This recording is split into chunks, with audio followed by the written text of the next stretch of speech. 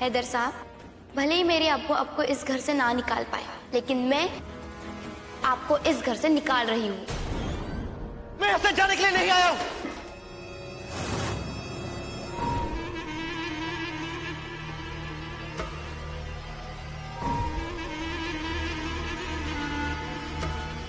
मैं अपना हिस्सा पूरा करने के लिए आया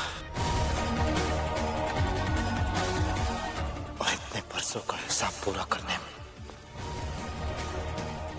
कुछ वक्त तो लगेगा ही।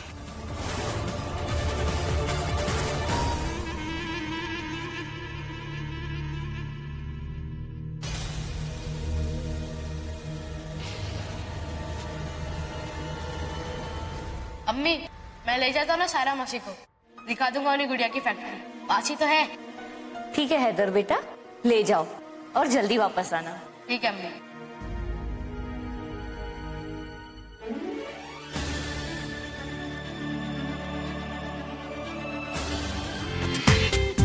पूरा एपिसोड देखिए ZEE5 पर।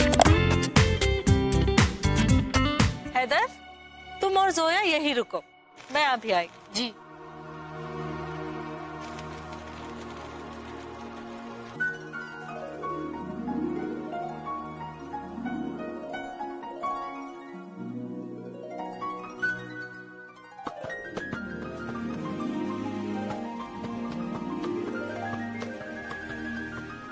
भाईजान, अम्मी अभी तक नहीं आई।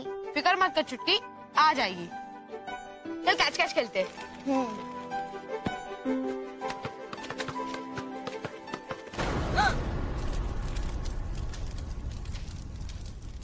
भाईजान, भाईजान आंख, भाईजान अम्मी अंदर है। भाईजान कुछ करो ना प्लीज। फिक्र मत कर, मैं जाके देखता हूँ।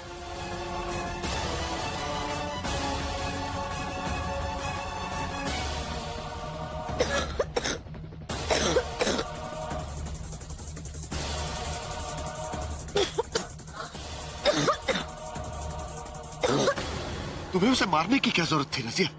कोई और रास्ता भी तो निकल सकता था। मेरे पास कोई और रास्ता बचा ही नहीं था जी। क्या करती मैं? आश्रम में हमारी इज्जत है, रुतबा है, वो सब जाने देती क्या? बदनाम होने देती? और वो भी आपकी गलती की वजह से।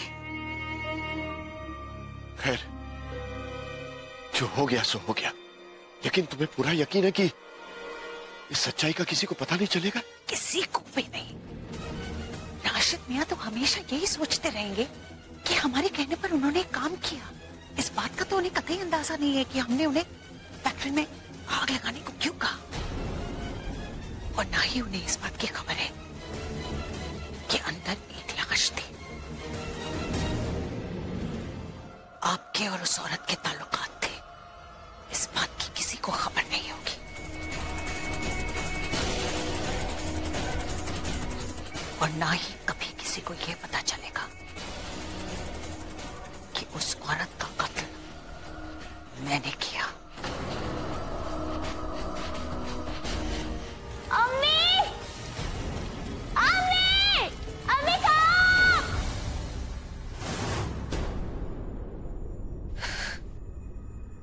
या अल्लाह, फिर से वही हुआ। और अब अचानक इतने अरसे बाद फिर से वही ख्वाब क्यों आया मुझे? क्यों आता ही ख्वाब मुझे? जैसे किसी शख्स ने या किसी चीज ने पुरानी यादों को ताजा कर दिया। ऐसा क्यों लगता है जैसे कोई मेरा अपना मेरे आसपास है। अब मेरे पास कुछ नहीं है सिवाय इंतकाम के। मुझे मेरे अम्मी अब्बू खाला चुटकी तो वापस नहीं मिल पाएंगे। उन्हें तो मैं खो चुका हूं, लेकिन मुझे मेरा इंतकाम जरूर मिलेगा। मैं एक बार अपना सब कुछ खो चुकी हूँ। शायद इसीलिए मिस्टर खान की फैमिली को एक साथ लाना मेरे लिए इतना मैटर करता है। लेकिन उसके लिए 17 साल पुराने गुड़िया फैक्ट्री के राज पर से पर्दा उठाना ही होगा। भाजी, ये सब जब तक माहौल रोमांटिक नहीं बनेगा, बात आगे कैसे बढ़ेगी? निखार, तुम बहुत खूबसूरत लग रही हो। फरहान भाईजान ना तुम्हें देखकर पागल हो जाएंगे। थैंक यू बाजी। और सच कहूं तो मुझे फरहान भाईजान का तुम्हें ड्रेस गिफ्ट करने का जेस्चर बहुत अच्छा लगा। अब उन्होंने पहल कर ली है तो तुम्हें भी उन्हें इम्प्रेस करने की कोई कसर नहीं छोड़नी चाहिए। बाजी, आप भी ना। और मैं तुम्हारी हेल्प करना चाहती थी, इसीलिए मैंने ये सब किया। अल्लाह करे तुम्हें किसी की नजर ना लगे। लगता है फरहान भाईजान आ गए। मैं चलती हूँ, मुझे कबाब में हड्डी नहीं बनना। Best of luck. बाजी, बाजी।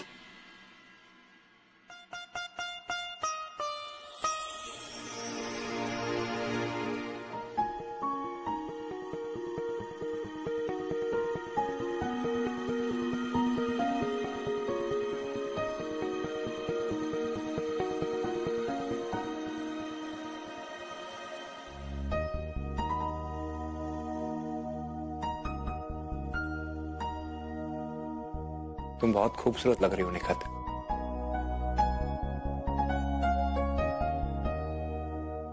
Thank you.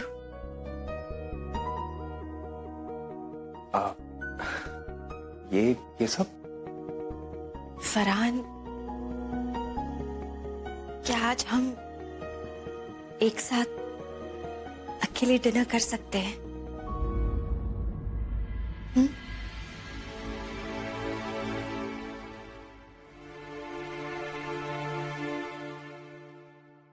मैं फ्रेश होकर आता हूँ।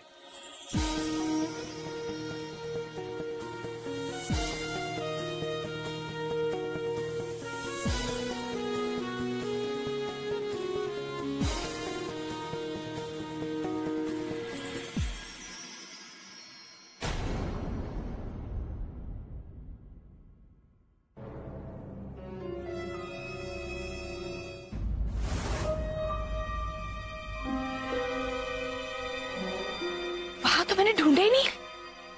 पुप्पी, उठिए।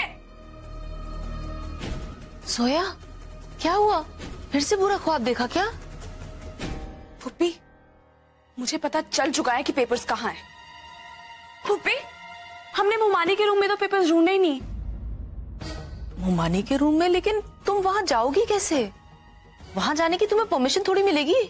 पुप्पी, परमिशन मांग के थोड़े उनके रूम में जाऊंगी पेपर्स ढूंढने के लिए। पॉइंट तो यही है ना कि उन्हें नहीं पता चलना चाहिए कि हमारे पास पेपर्स नहीं है।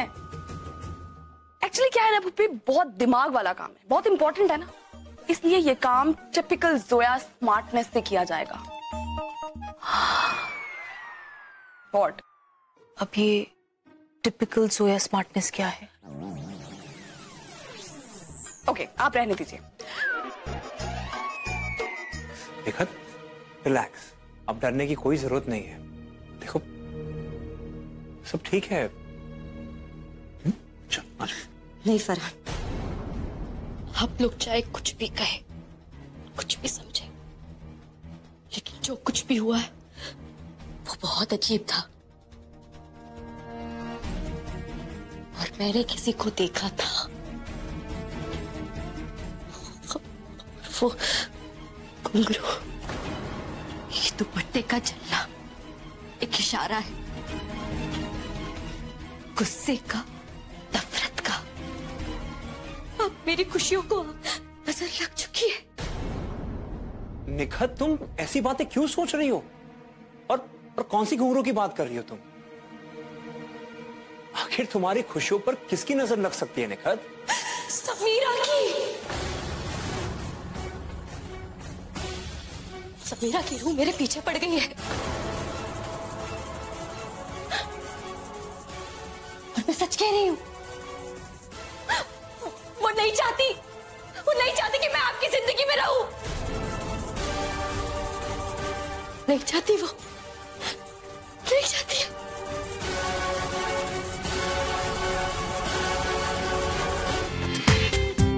पूरा एपिसोड देखिए ZEE5 पर।